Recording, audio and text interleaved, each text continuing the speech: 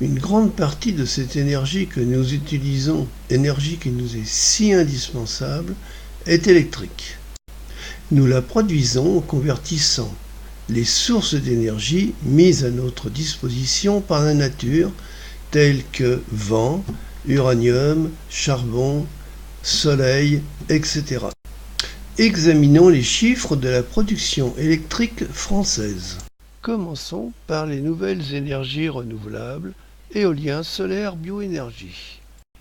Elles constituent 14% de la puissance française installée et produisent un peu moins de 7% de notre électricité. L'hydraulique est la première des sources d'énergie renouvelable pour l'électricité. Avec près de 20% de la puissance installée, elle produit près de 11% de notre électricité.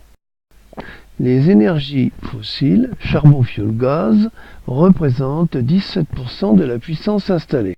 Comme ils ne sont utilisés que pour boucher les trous de production des autres sources d'énergie, ils ne représentent qu'environ 6% de l'électricité produite.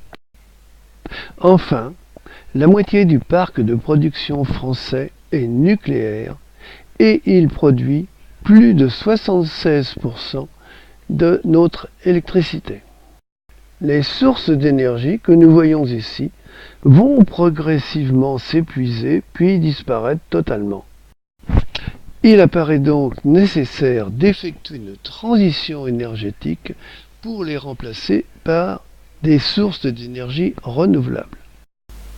Notre source d'énergie électrique non renouvelable étant presque exclusivement nucléaire, nous allons dans ce qui suit envisager son remplacement par des sources renouvelables.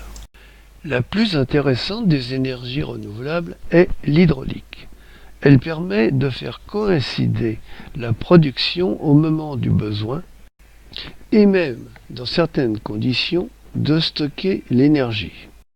De plus, elle est la moins chère des énergies. Malheureusement, sa progression est limitée par la quasi-absence de sites disponibles. C'est pourquoi nous allons nous intéresser à l'éolien, qui a beaucoup plus de possibilités de développement. Sa progression est stable et est de 1 gigawatt par an. À ce rythme, il faut une cinquantaine d'années, soit 6 fois plus d'éoliennes, pour que la puissance éolienne installée soit équivalente à la puissance nucléaire actuellement installée.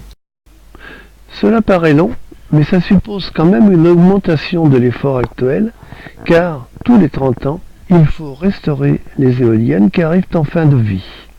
Essayons de voir maintenant si cette unité de production équivalente à celle du nucléaire pourrait effectivement la remplacer. Pour cela, examinons le fonctionnement d'une éolienne. Voici la courbe de la puissance fournie par une éolienne en fonction du vent. Elle montre que celle-ci fournit sa pleine puissance pour des vents de 50 km/h et plus.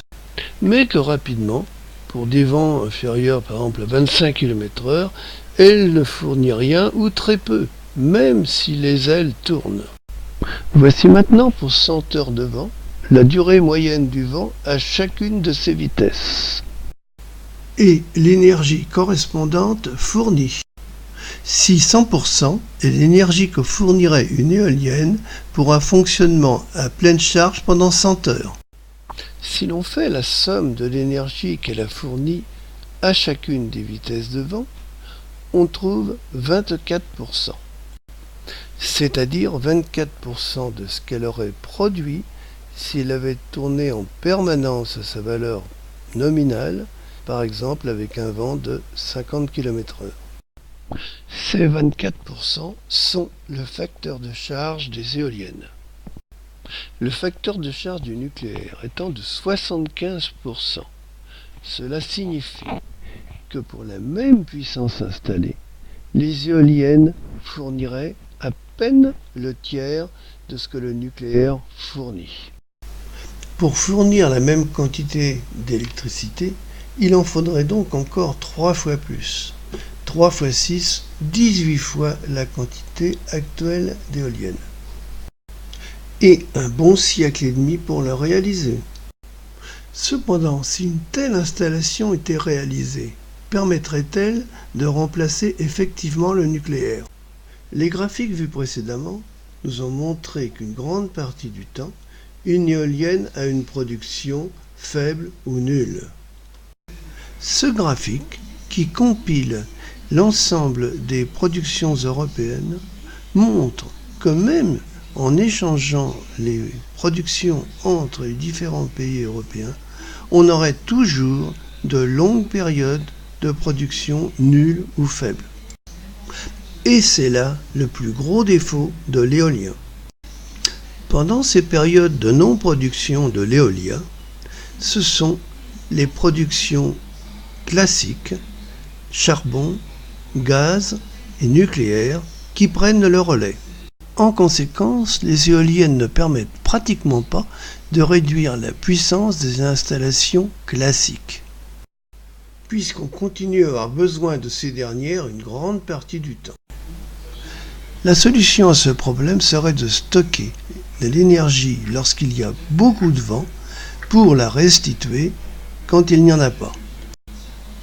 Pour cela, on pourrait fabriquer de l'hydrogène que l'on stockerait et que l'on pourrait ensuite brûler dans une centrale thermique classique.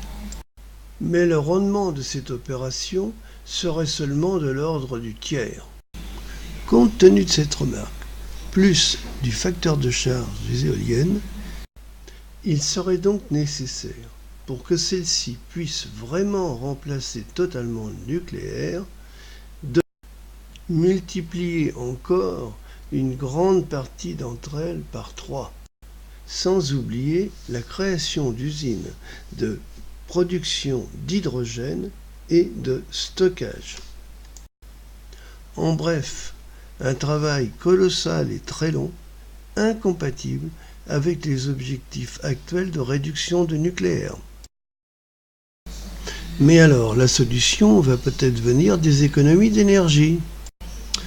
Eh bien non, en dépit des économies d'énergie qui sont effectivement réalisées, on constate que la consommation est étonnamment stable depuis au moins une bonne douzaine d'années. Pire, on parle de passer le parc automobile en électrique. Cela augmenterait la consommation d'électricité de l'ordre de 50%. Voilà qui aggrave encore la situation. Mais le photovoltaïque, lui, peut-il être une meilleure solution?